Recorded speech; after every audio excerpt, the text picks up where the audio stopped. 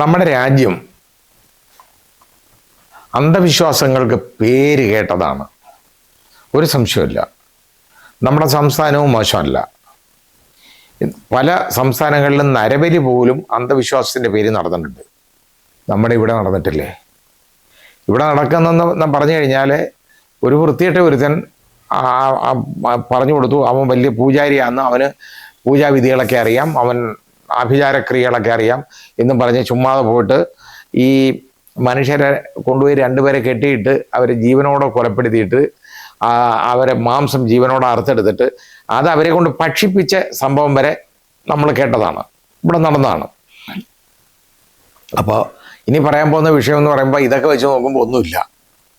അതായത് ഇപ്പോൾ കണ്ടത് ഒരു ബന്ധുവിന് ജാമ്യം ലഭിക്കാനായിട്ട് ഛത്തീസ്ഗഡിൽ അവിടുത്തെ ഹൈക്കോടതി ചീഫ് ജസ്റ്റിസിൻ്റെ ഫോട്ടോയും അതുപോലെ തന്നെ ഈ പ്രതിയുടെ ഫോട്ടോയും അതിലെ വിക്ടിമിൻ്റെ ഫോട്ടോയും എടുത്തു വെച്ച് പൂജ നടത്തിയത് അതായത് സിപ്ത് പോലീസ് സ്റ്റേഷൻ പരിധിയിൽ, ഛത്തീസ്ഗഡിലാണ് പരിധിയിലെ ഒരു ദേവി ഗ്രാമം എന്ന് പറയുന്ന ഒരു ഗ്രാമമുണ്ട്. അവിടുത്തെ ശ്മശാനത്തിലാണ് ഈ സംഭവം നടന്നത്. അത് 4 പേര് അവിടെ ഇങ്ങനെ കൂടിയിരുന്ന് ഏതാണ്ട് ചെയ്യുന്നത് നാട്ടുകാരെ ശ്രദ്ധയിൽപ്പെട്ടു. വൈകുന്നേരം ശനിയാഴ്ച രാത്രി. അപ്പോൾ ഇങ്ങനെ സംശയാസ്പദമായിട്ട് കണ്ടുടനെ നാട്ടുകാർ അവർക്ക് അടുത്തോട്ട് ചെന്നപ്പോൾ അതിൽ നിന്ന് 3 അവന്മാരെ എഴുന്നേറ്റ് ഓടി. ഒരുത്തനെ പിടികിട്ടി കേട്ടോ. അത് ഋഷികേശ് കുമാർ എന്ന് പറയുന്നതാണ് ഈ 4ാമത്തവൻ. അവനെ പിടികിട്ടി. നാട്ടുകാർ അവനെ പിടികൂടിയിട്ട് പോലീസിന് കൈമാറി.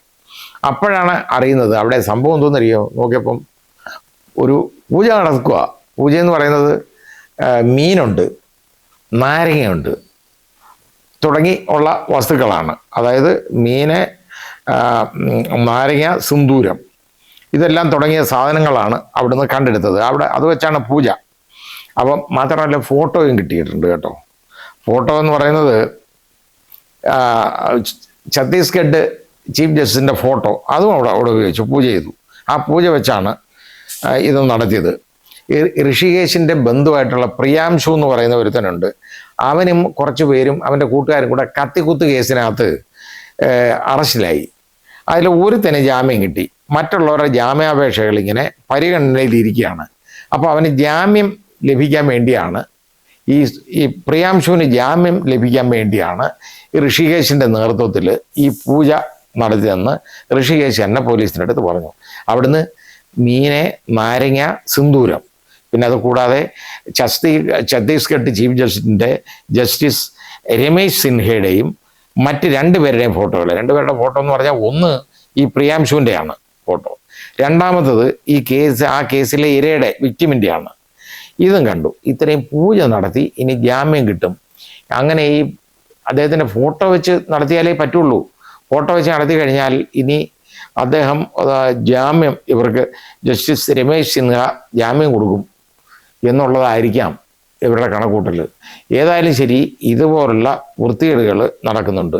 എന്തായാലും പോലീസ് പിടികൂടി ഇത്തരം പൂജകൾ ചെയ്യുന്നവർക്കെതിരെ ഇനി കർശന നടപടിയെടുക്കുമെന്ന് അതുപോലെ അവിടുത്തെ SP രജനീഷ് സിംഗ് പറഞ്ഞിട്ടുമുണ്ട്. അദ്ദേഹം ഇനി എന്തായാലും പോലീസ് ഇപ്പോൾ പിടികൂടി. ഇതേപോലുള്ള കാര്യങ്ങളാണ് നമ്മുടെ രാജ്യത്ത് നടക്കുന്നത്. ഒരുത്തിന് ജാമ്യം കിട്ടാൻ ജഡ്ജിക്കും മനസ്സുണ്ടാവണം. അതിനു വേണ്ടി ഉള്ള പൂജ. ഏതായാലും ഇനി ഇതിപ്പോൾ നമ്മൾ വിചാരിക്കുന്ന പോലല്ല, കേരളത്തിലേക്കും ഇത് വ്യാപിക്കുമോ എന്നൊരു സംശയം തന്നെ ഉണ്ട്. ഇത് ഇപ്പോൾ ഇന്നാൾ ഇതിനകത്ത് ഒരു മറിമായം എന്ന് പറയുന്ന ഒരു പ്രോഗ്രാം ഉണ്ടല്ലോ, അതിനകത്ത് കണ്ട് ഞാൻ തന്നെ ചിരിച്ചുപോയി. അവർ മുൻകൂട്ടി കാണുന്നതാണല്ലോ ഇത്. ആലോചിച്ച് നോക്കുള്ളൂ. അതിൽ കോയായ്ക്ക് മെസ്സിയെ വലിയ ഇഷ്ടമാണ്. മെസ്സി മോനെന്നാണ് മെസ്സിയെ വിളിക്കുന്നത്. അപ്പം മെസ്സി ഗോൾ അടിക്കണം. അതെന്ന് വെച്ചാൽ മെസ്സിക്കെതിരെ ഉപദ്രവങ്ങളൊന്നും ഉണ്ടാവരുത്. അപ്പോൾ അതിന് ഇതുവരെ പൂജ ചെയ്യാൻ പോകുക. ഉടനെ മറ്റേ ആൾ പറഞ്ഞു കൊടുത്തു, അത് നമുക്ക് ചെയ്യാം, ശത്രു സംഹാര പൂജ നടത്താം. അതപ്പം ഒരെണ്ണം നടത്തണം. ഇനി അതുപോലെ തന്നെ എതിർഭാഗത്തിന് ശക്തി കുറവ് വരണം. അതായത് മെസ്സിയുടെ കൂടെ കളിക്കുമ്പം മെസ്സിക്ക് ശക്തി കൂടുന്നത് മാത്രമല്ല, അതിൻ്റെ എതിർഭാഗത്തിന് ശക്തി കുറയണം. അതിന് വല്ല മാർഗം? അതിന് മാർഗമൊന്നുമില്ല എന്ന് പറഞ്ഞു കൊടുത്തു കോയടുത്ത്. പക്ഷേ അതും ഇനി മാറണ്ടായിട്ടിരിക്കുക. കാര്യം എന്തെന്നറിയോ, ഇതേപോലുള്ള പൂജകൾ നടത്തിയ കാര്യം നടക്കുമെന്നാണ് ഇപ്പം വന്നേക്കുന്നത്. അതുകൊണ്ട് ഇനി ഇവിടെ ഇതിന് ചാത്തൻ സേവ, അങ്ങനെ ഓരോ സേവ തുടങ്ങിയുള്ള കാര്യങ്ങളെല്ലാം ഇറങ്ങി വരാനുള്ള മാർഗങ്ങൾ തെളിയുന്നുണ്ട്. അതിൻ്റെ ഒരു നാന്ദി കുറിച്ചതാണ് ഈ നമ്മുടെ ഛത്തീസ്ഗഡിലെ ഈ സംഭവം. ഏതായാലും അത് പോലീസ് പിടികൂടി, അത് ശരിയായിട്ട് അന്വേഷിക്കുന്നുണ്ട്. ഇനി മേലാൽ ഇതുപോലുള്ള പണികൾ നടത്തരുത് എന്ന് നാട്ടുകാർക്ക് അറിയിപ്പും കൊടുത്തിട്ടുണ്ട്. അത് കൊള്ളാവുന്ന കാര്യമാണ്. അതുകൊണ്ട് പക്ഷേ നമ്മുടെ രാജ്യത്ത്, നമ്മുടെ നാട്ടിൽ നിന്നുണ്ടല്ലോ, ഈ അന്ധവിശ്വാസങ്ങൾ ഇല്ലാതാക്കാൻ ഇതുകൊണ്ടൊന്നും നടക്കും എന്ന് നമുക്ക് വിശ്വസിക്കാൻ പറ്റുന്നില്ല.